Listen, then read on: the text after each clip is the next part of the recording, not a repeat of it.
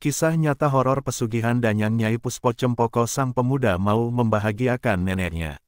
Di sebuah desa kecil di Jawa Tengah, terhampar pemandangan alam yang asri, namun kehidupan masyarakatnya penuh dengan tantangan. Di tengah suasana pedesaan yang damai, hiduplah seorang pemuda bernama Sumanto. Usianya yang baru menginjak 21 tahun tidak menghalanginya merasakan beban hidup yang sangat berat. Sebagai yatim piatu, ia dibesarkan oleh neneknya, seorang wanita tua yang penuh kasih sayang, namun juga sangat lemah. Sumanto adalah sosok yang sederhana. Setiap hari, dia beranjak dari tempat tidurnya yang sempit dengan harapan baru. Namun, semangatnya seringkali ternoda oleh kenyataan pahit. Setelah gagal melanjutkan pendidikan akibat masalah biaya, ia terpaksa mencari nafkah dengan bekerja serabutan. Pekerjaan yang dilakukannya bervariasi, mulai dari membantu petani di ladang hingga menjadi buruh bangunan. Di setiap pekerjaan, dia berusaha keras, tetapi hasil yang didapat seringkali tidak mencukupi untuk memenuhi kebutuhan sehari-hari. Hari-hari berlalu dalam kesederhanaan yang monoton. Sumanto merasa terjebak dalam rutinitas yang membuatnya merasa putus asa. Dalam benaknya, selalu ada harapan untuk mengubah kehidupannya dan neneknya. Dia sering kali duduk di teras rumahnya, menatap langit yang cerah, dan membayangkan hidup yang lebih baik.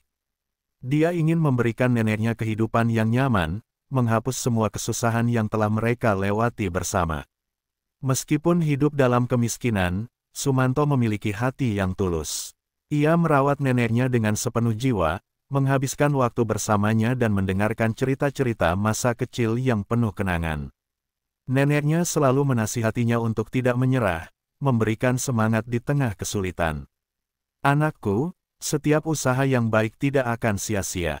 Suatu saat, Tuhan akan memberikan jalan," kata neneknya dengan lembut. Namun, seiring berjalannya waktu, rasa cemburu dan frustrasi mulai tumbuh dalam diri Sumanto. Dia melihat tetangga-tetangganya yang hidup dalam kemewahan, merayakan kehidupan, dan menikmati apa yang mereka miliki.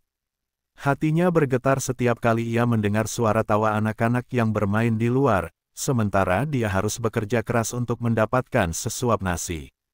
"Mengapa aku tidak bisa merasakan kebahagiaan yang sama?" pikirnya dalam kesedihan. Suatu hari, saat ia sedang bersantai di warung dekat rumah, Sumanto mendengar obrolan dua temannya, Firman dan Pak Rekso. Mereka berbicara tentang cara cepat untuk mendapatkan kekayaan melalui ritual yang melibatkan Danyang, yaitu Nyai Puspo Cempoko. Sumanto tertarik, meskipun ada rasa ragu yang mengganggu pikirannya. Konsep mendapatkan kekayaan secara instan terasa asing baginya, tetapi harapan untuk mengubah hidupnya dan neneknya mendorongnya untuk mendengarkan lebih lanjut. Dalam benaknya, muncul sebuah pertanyaan, apakah ini jalan yang bisa membawaku keluar dari kesulitan? Keinginan untuk memberikan kebahagiaan kepada neneknya semakin memperkuat niatnya. Dalam keadaan terdesak, Sumanto memutuskan untuk mencari tahu lebih lanjut tentang tawaran tersebut. Dia ingin menggenggam kesempatan, meskipun itu mungkin membawa risiko. Hari-hari berikutnya diisi dengan kebingungan dan harapan. Sumanto merasakan ketegangan di dalam hatinya, berjuang antara keyakinan dan rasa takut. Namun, satu hal yang pasti, ia ingin merubah nasib mereka. Dia berharap, di suatu titik, hidupnya akan lebih baik. Dengan latar belakang kehidupan yang penuh perjuangan, Sumanto bersiap untuk melangkah ke jalan yang belum pernah dia bayangkan. Keputusan untuk mencari kekayaan dengan cara pesugihan adalah langkah awal dari perjalanan yang akan mengubah hidupnya selamanya. Di balik harapan dan keinginan, ada kegelapan yang menanti untuk menyelubungi hidupnya. Setelah beberapa hari bergelut dengan pikiran dan perasaannya, Sumanto akhirnya memutuskan untuk menemui Firman, temannya yang pertama kali memperkenalkan ide tentang pesugihan. Dia merasakan gelombang rasa ingin tahu dan ketegangan yang bercampur aduk. Hari itu, dia berangkat menuju rumah Firman dengan langkah yang lebih mantap, meskipun hatinya dipenuhi dengan keraguan. Ketika sampai di rumah Firman, suasana terasa hangat. Firman menyambutnya dengan senyuman lebar, yang seakan menyiratkan bahwa dia sudah menunggu kedatangan Sumanto. "Akhirnya kamu datang," Aku sudah mendengar kabar bahwa kamu tertarik dengan tawaran itu, ujar Firman sambil mengajak Sumanto duduk di teras. Keduanya duduk di atas tikar pandan yang dibentangkan, dengan secangkir kopi hangat di tangan masing-masing. Firman mulai menjelaskan lebih dalam tentang Nyai Puspo Cempoko, danyang yang dipercaya oleh masyarakat setempat bisa memberikan kekayaan kepada siapa saja yang mau melakukan ritual khusus. Kamu tidak perlu khawatir, Sum. Banyak orang yang sudah berhasil. Mereka mendapatkan harta yang melimpah dan hidup dalam kemewahan, kata Firman dengan penuh semangat. Sumanto mendengarkan dengan seksama. Dalam benaknya, gambaran tentang kehidupan yang lebih baik mulai terbentuk. Firman melanjutkan ceritanya, menjelaskan bagaimana ritual dilakukan dan apa saja syarat yang harus dipenuhi. Kamu perlu melakukan persembahan dan bersemedi di makamnya. Saat kamu berdoa, kamu harus meminta dengan tulus agar Nyai Puspo mau memberimu berkah. Saat Firman berbicara tentang ritual, wajah Pak Rekso, seorang kakek yang dihormati di desa, muncul dalam ingatan Sumanto. Kakek itu dikenal sebagai dukun yang memiliki banyak pengetahuan tentang hal-hal gaib. Apa Pak Rekso juga terlibat dalam hal ini? Tanya Sumanto penasaran. Ya, dia adalah orang yang mengenalkan aku pada Nyai Puspo, jawab Firman. Dia yang memandu semua orang yang ingin melakukan pesugihan. Dia tahu berbagai cara agar ritualmu berjalan lancar.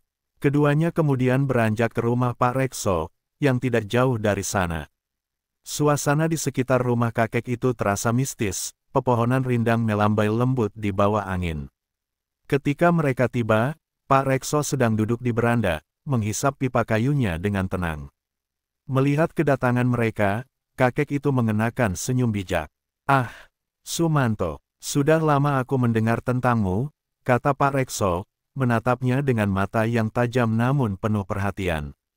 Firman bilang kamu ingin mengikuti ritual pesugihan. Dengan ragu, Sumanto mengangguk. Dia merasa tertekan oleh tatapan kakek yang seolah bisa membaca pikirannya. Apa yang harus saya lakukan, Pak? Tanyanya dengan suara bergetar. Pak Rekso menjelaskan dengan rinci tentang proses ritual. Dia menyebutkan bahwa Sumanto harus memberikan tumbal, yakni komitmen untuk tidak menikahi wanita lain selama menjalani ritual. Kamu harus setia kepada Nyai Puspo. Jika kamu melanggar, kekayaan yang kamu dapatkan akan sirna, bahkan bisa membawa malapetaka, ujarnya dengan tegas. Sumanto merasa terombang-ambing antara dua pilihan. Di satu sisi, dia menginginkan kekayaan dan kehidupan yang lebih baik. Di sisi lain, dia merasa berat untuk merelakan mimpinya memiliki keluarga. Namun, saat memikirkan neneknya yang sudah tua dan hidup dalam kesederhanaan, tekadnya semakin membara. Saya akan melakukannya, Pak. Saya ingin mengubah hidup kami, ujarnya, suaranya kini lebih mantap. Setelah menerima penjelasan dan syarat-syarat yang harus dipenuhi, Sumanto pulang dengan perasaan campur aduk.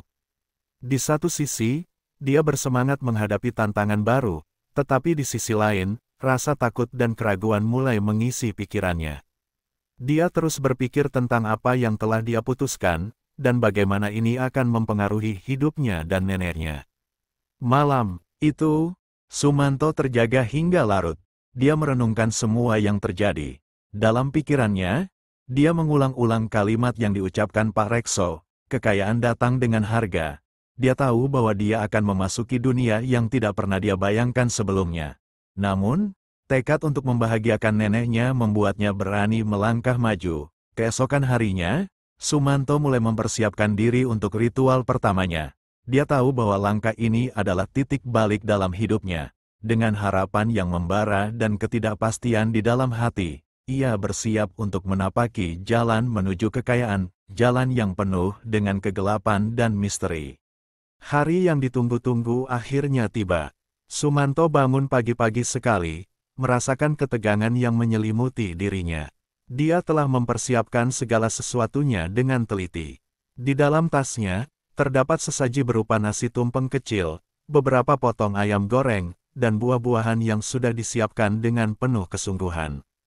Ia juga membawa kain kafan yang dibeli dari seorang penjual di pasar sebagai bagian dari ritual yang harus dilakukan. Setelah menyiapkan semua barang, Sumanto melangkah keluar rumah dengan hati yang bergetar. Dia menatap langit yang cerah, seakan memberi tanda bahwa hari ini adalah hari yang penting. Saat mengingat neneknya yang sedang tidur, rasa khawatir dan rasa bersalah mulai menghantuinya. Dia tahu bahwa ritual ini memerlukan komitmen dan pengorbanan, namun harapan untuk memberikan kehidupan yang lebih baik bagi neneknya mendorongnya untuk melanjutkan langkah. Setibanya di makam Nyai Puspo, suasana terasa mencekam. Makam yang dikelilingi oleh pepohonan rindang dan tanaman liar itu tampak angker namun sekaligus menawan. Sumanto merasakan aura mistis yang mengelilingi tempat itu. Dia berjalan perlahan menuju makam, berusaha mengumpulkan keberanian yang tersisa. Saat dia melihat batu nisan yang berukir indah, hatinya bergetar, dan dia berdoa dengan sepenuh hati. Dengan hati-hati, Sumanto mengatur sesaji di atas makam, menata makanan dan minuman dengan rapi. Dia mengingat semua yang diajarkan oleh Pak Rekso dan firman tentang cara berdoa yang benar. Dia menutup matanya, menarik napas dalam-dalam, dan mulai mengucapkan doa. Suaranya bergetar, tetapi ia berusaha untuk tetap fokus. Ya Nyai Puspo, aku datang ke sini dengan penuh harapan. Berikanlah aku kekayaan agar aku bisa membahagiakan nenekku. Setelah berdoa, Sumanto bersiap untuk bersemedi. Dia duduk bersila di dekat makam, mencoba merasakan kehadiran Nyai Puspo. Dalam keheningan, dia berusaha mengosongkan pikirannya, membiarkan semua ketakutan dan keraguan sirna. Namun, semakin lama dia bersemedi, semakin banyak pikiran yang muncul. Apakah ini benar? Apa yang akan terjadi jika aku menyerahkan diri kepada makhluk gaib? Pertanyaan-pertanyaan ini terus berputar di kepalanya. Akhirnya, setelah sepertiga malam berlalu, Sumanto merasakan getaran di sekelilingnya. Angin dingin berhembus, dan dia merasa seolah ada suara lembut yang memanggilnya. Dalam keadaan setengah sadar, dia melihat sosok wanita anggun dengan gaun putih muncul di hadapannya. Wajahnya memancarkan aura misterius, dan matanya berkilau dengan cahaya yang sulit dijelaskan. "Siapa kamu?" tanya Sumanto, suaranya bergetar. "Aku Nyai Puspo," jawab sosok itu dengan suara lembut. "Aku merasakan niatmu yang tulus. Apa yang kau inginkan?" Sumanto tergetar. "Saya ingin mendapatkan kekayaan untuk membahagiakan nenek saya. Saya siap untuk melakukan apapun yang diperlukan." Nyai Puspo tersenyum, tetapi senyumnya mengandung misteri. "Kekayaan tidak datang tanpa harga. Apakah kau siap membayar tumbal dari hatimu?" tanyanya, menatap dalam-dalam ke mata Sumanto. "Ya, saya siap," jawab Sumanto, meskipun hatinya berdetak kencang. Dia tahu bahwa dia harus bersiap menghadapi konsekuensi dari keputusan ini. Nyai Puspo kemudian mengisyaratkan agar Sumanto mendekat, dan dia merasakan energi yang mengalir di antara mereka. Setelah beberapa saat berinteraksi dalam keadaan trans, Sumanto terbangun dengan keringat bercucuran di wajahnya. Dia merasa lelah tetapi juga bersemangat. Ritual pertama telah selesai, dan harapan akan kekayaan mulai menyelimuti pikirannya. Dengan penuh keyakinan, dia meninggalkan makam, tidak menyadari bahwa keputusan ini akan membawa konsekuensi yang jauh lebih besar dari yang dia bayangkan. Keesokan harinya, Sumanto terbangun dengan perasaan yang berbeda. Dia merasa ada sesuatu yang berubah dalam hidupnya. Saat dia berangkat ke pasar untuk menjual makanan, dia melihat bahwa pelanggan baru mulai berdatangan. Dalam waktu yang singkat, dagangannya habis terjual. Keberuntungan seolah berpihak padanya, dan rasa senang mengisi hatinya. Namun, di balik kebahagiaan itu, Sumanto merasakan ketegangan yang tidak bisa diabaikan. Dia tahu bahwa dia telah berkomitmen pada sesuatu yang lebih besar dari sekadar mencari kekayaan. Setiap senyuman dari pelanggan dan setiap lembar uang yang dia terima mengingatkannya akan tumbal yang harus dia bayar. Dia bertanya-tanya, apa yang akan terjadi selanjutnya? Apakah aku benar-benar siap menghadapi semua ini? Hari demi hari, kehidupan Sumanto berubah. Dia mendapatkan lebih banyak pesanan, dan setiap kali dia melihat kekayaan yang datang, dia merasa terjebak dalam permainan yang berbahaya. Namun, Rasa syukur dan harapan untuk neneknya membuatnya terus maju. Dia tidak menyadari bahwa jalan yang dia pilih penuh dengan kegelapan yang akan segera mengubah hidupnya selamanya. Setelah menjalani ritual pertama, hidup Sumanto berubah drastis. Dalam waktu singkat, kekayaan mulai mengalir ke dalam hidupnya seperti aliran sungai yang tak terputus. Dagangannya yang berupa makanan tradisional kini selalu laris manis, dan pelanggan baru berdatangan tanpa henti. Ketenaran mulai menyelimuti usaha kecilnya, dan dia merasa seolah-olah hidupnya baru saja dimulai. Setiap pagi, Sumanto bangun dengan semangat baru. Dia melihat neneknya yang selalu menunggu di dapur, dan senyum lebar di wajah neneknya membuatnya merasa bahagia. "Cucuku, kamu terlihat berbeda hari ini," kata neneknya dengan nada ceria. "Apakah ada yang istimewa?" Sumanto hanya tersenyum, berusaha menyembunyikan rahasia di balik kesuksesannya. Dia berjanji dalam hati untuk membahagiakan neneknya, dan kekayaan yang didapat menjadi alat untuk menciptakan kebahagiaan itu.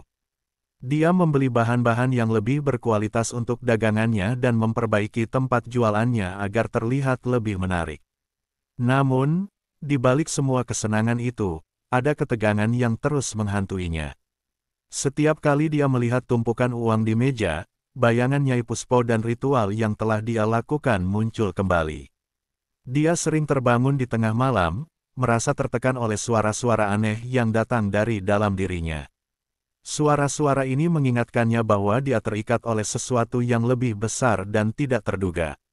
Suatu malam, saat Sumanto sedang bersemedi di dekat makam Nyai Puspo, dia mulai merasa bahwa ada sesuatu yang tidak beres.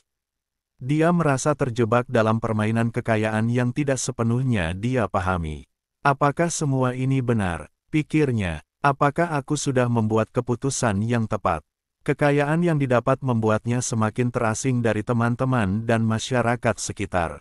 Mereka yang dulunya akrab mulai menjauhinya, merasa cemas dan curiga terhadap sumber kekayaannya. Sumanto merasakan kesepian yang mendalam. Dia ingin berbagi kebahagiaan dengan orang-orang di sekitarnya, tetapi mereka tidak lagi melihatnya sebagai teman, melainkan sebagai sosok yang penuh misteri dan kegelapan. Meskipun begitu, rasa syukur dan harapan untuk neneknya terus menjadi pendorong. Dia mulai membeli barang-barang yang sebelumnya hanya bisa dia impikan, seperangkat perabotan baru, pakaian yang lebih baik, dan makanan yang lebih lezat untuk neneknya. Namun, di balik kebahagiaan material itu, ada rasa bersalah yang terus menggerogoti. Setiap kali dia melihat neneknya tersenyum, dia teringat bahwa semua ini didapat dengan mengorbankan sesuatu yang tak ternilai. Sumanto juga mulai memperhatikan dampak dari kekayaan tersebut. Banyak orang di desa mulai membicarakan dirinya. Mereka ingin tahu bagaimana dia bisa mendapatkan kekayaan dalam waktu singkat. Beberapa dari mereka bahkan mendekatinya dengan harapan untuk belajar dan mengikuti jejaknya. Dia merasa bingung, di satu sisi, dia ingin membantu, tetapi di sisi lain, dia tahu bahwa jalan yang dia ambil berbahaya. Suatu malam, saat sedang beristirahat di rumah, dia mendapat telepon dari Firman. "Sum, aku dengar kamu sudah sukses besar. Bagaimana rasanya?" tanya Firman dengan nada menggoda. "It's great, Fir. But, there is a lot on my mind," jawab Sumanto, suaranya terdengar ragu. Dia tidak ingin membagikan keraguannya kepada teman yang dulu selalu bersamanya. "Jangan terlalu memikirkan hal itu. Ini adalah kesempatan langka, nikmati saja," kata Firman. Namun, kata-kata itu justru membuat Sumanto semakin merasa tertekan. Dia tahu bahwa kekayaan yang diperoleh tidak hanya membawa kebahagiaan, tetapi juga tanggung jawab yang besar. Hari-hari berlalu, dan Sumanto merasakan bahwa segala sesuatu mulai berjalan tidak sesuai harapannya. Dia mengalami kesulitan untuk tidur di malam hari, sering terbangun dengan keringat dingin. Suara-suara aneh mulai mengganggu pikirannya, mengingatkannya bahwa dia tidak sendirian. Dia merasa seolah-olah ada mata yang mengawasi setiap langkahnya, menunggu saat yang tepat untuk menuntut pembayaran atas kesepakatan yang telah dibuat. Malam itu, ketika dia bersemedi di makam Nyai Puspo, suasana di sekitarnya terasa lebih mencekam dari sebelumnya. Dia merasakan angin dingin yang menyentuh kulitnya, dan suara samar yang memanggil namanya. Sumanto, Sumanto, suara itu terasa familiar, seolah datang dari jauh. Dari dalam kegelapan, sosok Nyai Puspo muncul kembali, tetapi kali ini dengan aura yang berbeda. Wajahnya tampak lebih angkuh, dan matanya berkilau dengan cahaya yang menakutkan. Kekayaan yang kau inginkan datang dengan harga, Sumanto.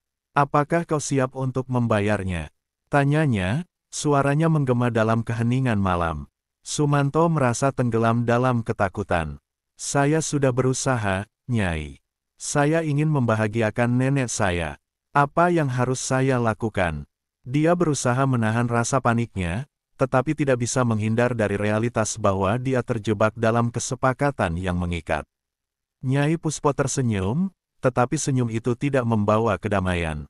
Kekayaan akan selalu ada, tetapi ingat, setiap tindakan ada konsekuensinya. Apa kau siap menghadapi semuanya? Suara itu menghilang, meninggalkan Sumanto dalam kebingungan dan ketakutan. Dalam kegelapan malam, Sumanto duduk termenung. Kekayaan yang datang dengan cepat terasa seperti belenggu yang mengikatnya. Meskipun hidupnya terlihat lebih baik di luar, di dalam hatinya, ia merasa semakin terpuruk. Dia mulai menyadari bahwa perjalanan menuju kekayaan tidak selalu seindah yang dibayangkan. Ada bayangan kelam yang terus mengikuti, dan dia harus siap menghadapi konsekuensinya. Seiring berjalannya waktu, Sumanto mulai merasakan dampak dari kekayaan yang didapatkan melalui pesugihan. Pada awalnya, kehidupan barunya terasa seperti mimpi, setiap hari, dagangannya laris manis, dan uang mengalir deras. Namun, kebahagiaan yang semula menyelimuti hidupnya perlahan mulai memudar, digantikan oleh rasa cemas dan ketidakpastian. Masyarakat di desanya mulai membicarakan keajaiban yang terjadi pada Sumanto. Mereka penasaran dengan sumber kekayaannya, dan beberapa di antaranya bahkan mulai menjauh. Beberapa orang yang dulunya akrab dengan Sumanto kini menatapnya dengan curiga, seolah-olah dia adalah sosok yang terjebak dalam dunia mistis. Rasa ketidaknyamanan ini membuat hati Sumanto semakin berat.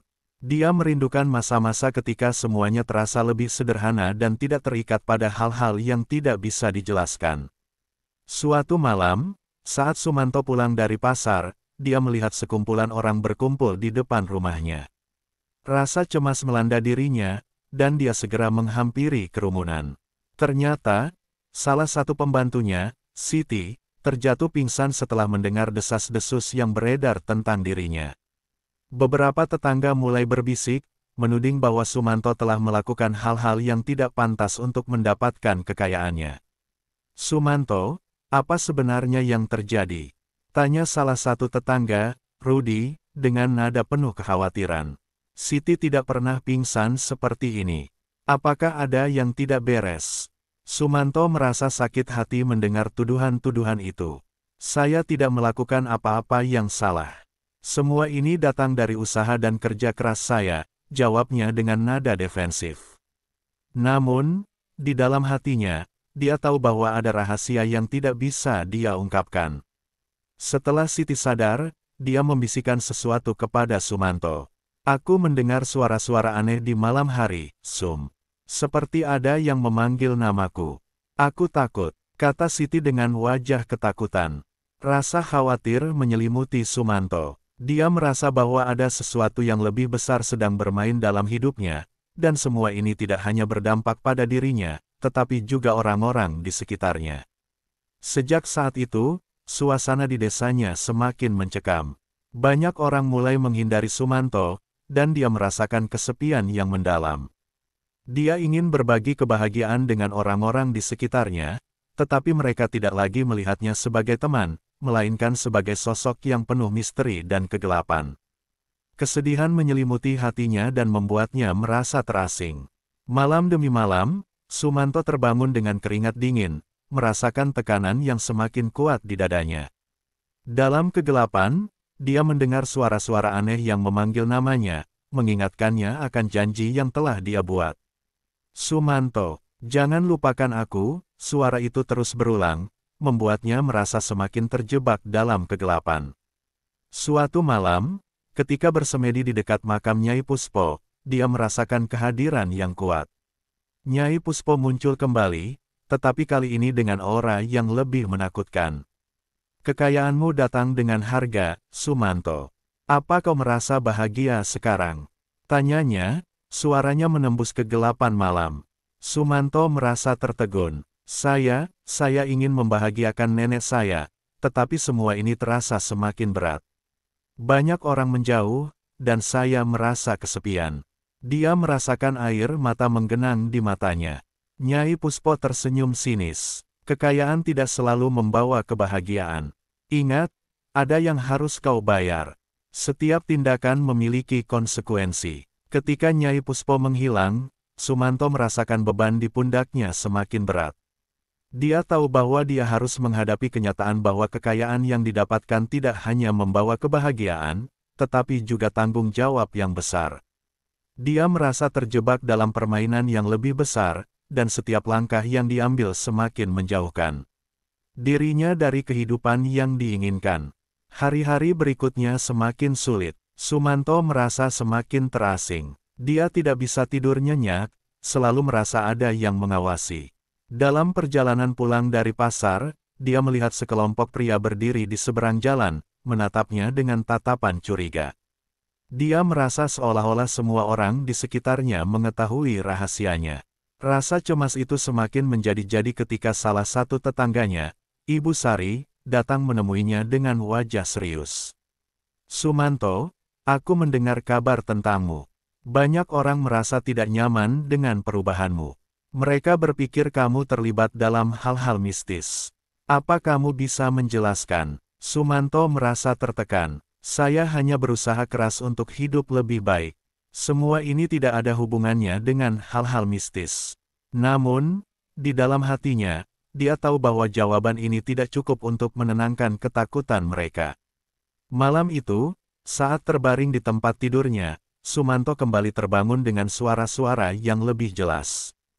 Sumanto, kau tidak bisa melarikan diri. Bayar harganya. Suara itu menggema di kepalanya, membuatnya semakin gelisah. Dia tahu, saatnya untuk menghadapi konsekuensi dari pilihan yang telah dia buat. Ketakutan dan kesepian merayapi hidupnya. Di tengah kekayaan yang melimpah, Sumanto merasakan kehampaan yang mendalam. Dia mulai menyadari bahwa kekayaan yang datang dengan cepat tidak selalu membawa kebahagiaan. Dia terjebak dalam siklus yang tidak bisa dia pahami, dan semua ini hanya akan berujung pada satu hal, penyesalan. Hari-hari berlalu, dan Sumanto semakin terpuruk dalam kesedihan. Kekayaan yang dulunya membuatnya merasa berkuasa kini terasa seperti belenggu yang mengikat.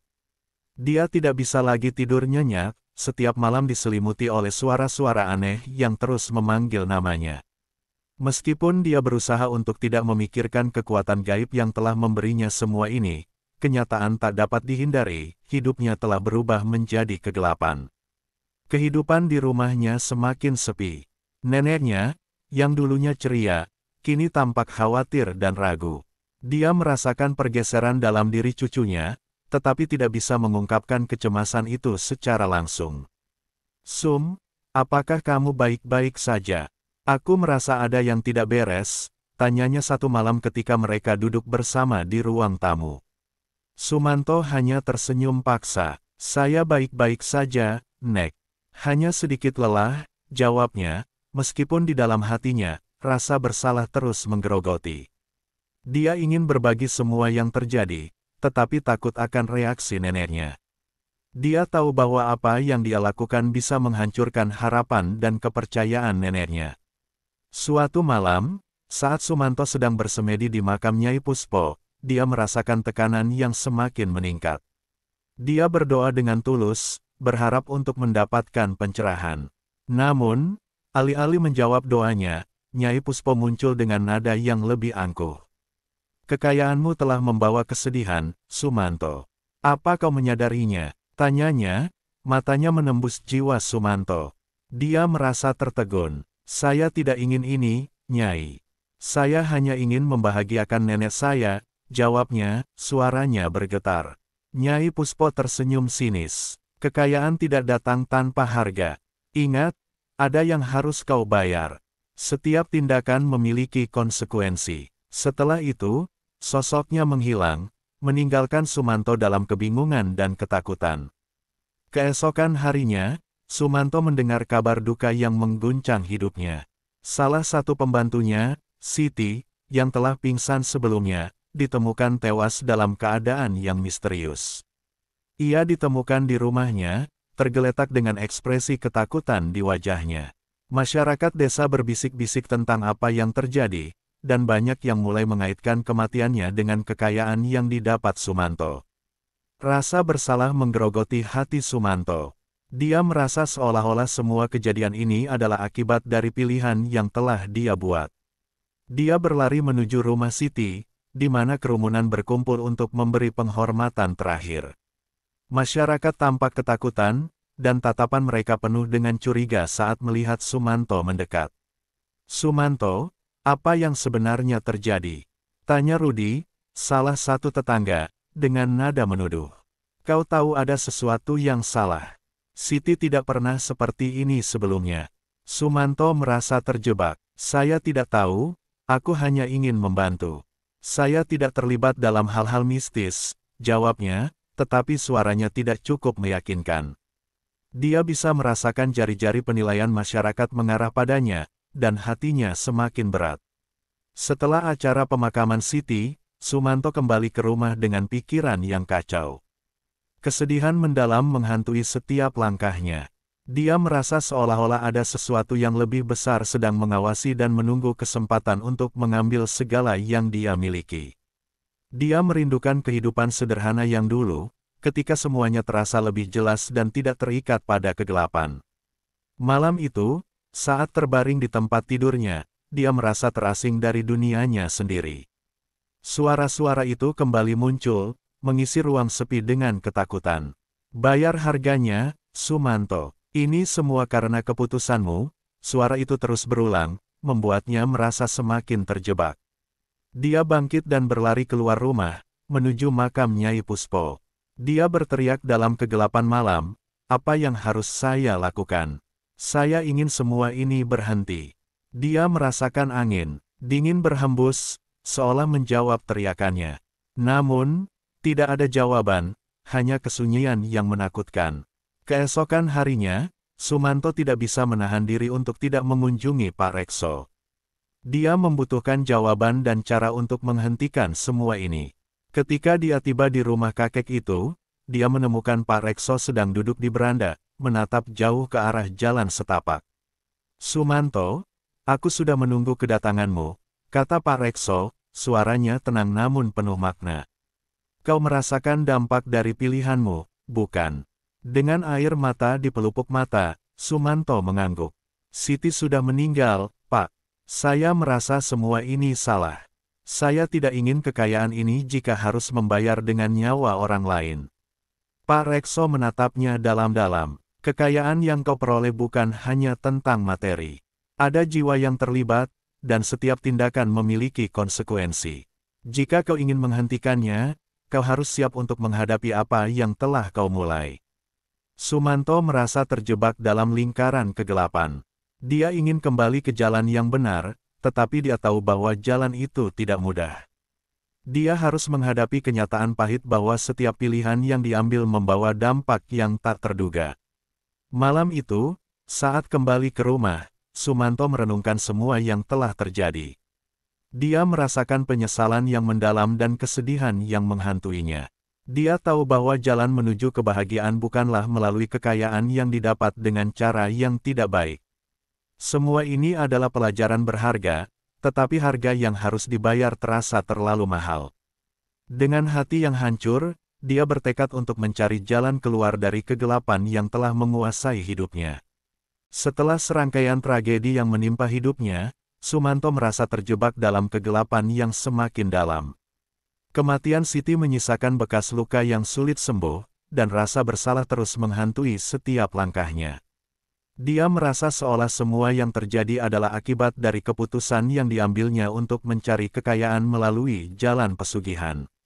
Dalam keheningan malam, suara-suara aneh yang sering memanggil namanya kini terdengar lebih nyaring, sebuah pengingat akan janji yang tak terucapkan. Hari-hari berlalu, dan meski kekayaan masih mengalir, kebahagiaan yang pernah ia rasakan telah sirna. Sumanto kembali ke pasar untuk menjual dagangannya, tetapi kali ini, suasananya berbeda. Pelanggan mendekat dengan hati-hati, dan banyak dari mereka hanya memandangnya dengan curiga. Rasa keengganan dan ketakutan mulai merayapi interaksi sosialnya. Dia merindukan momen-momen ketika dia dapat berbagi tawa dan canda dengan teman-temannya. Suatu sore, saat Sumanto pulang, dia melihat neneknya duduk sendirian di teras. Wajah neneknya tampak lelah dan penuh kekhawatiran. "Sum, aku merasa ada yang tidak beres. Apa yang kau lakukan? Aku tidak mengenalimu lagi," kata neneknya dengan nada penuh kesedihan.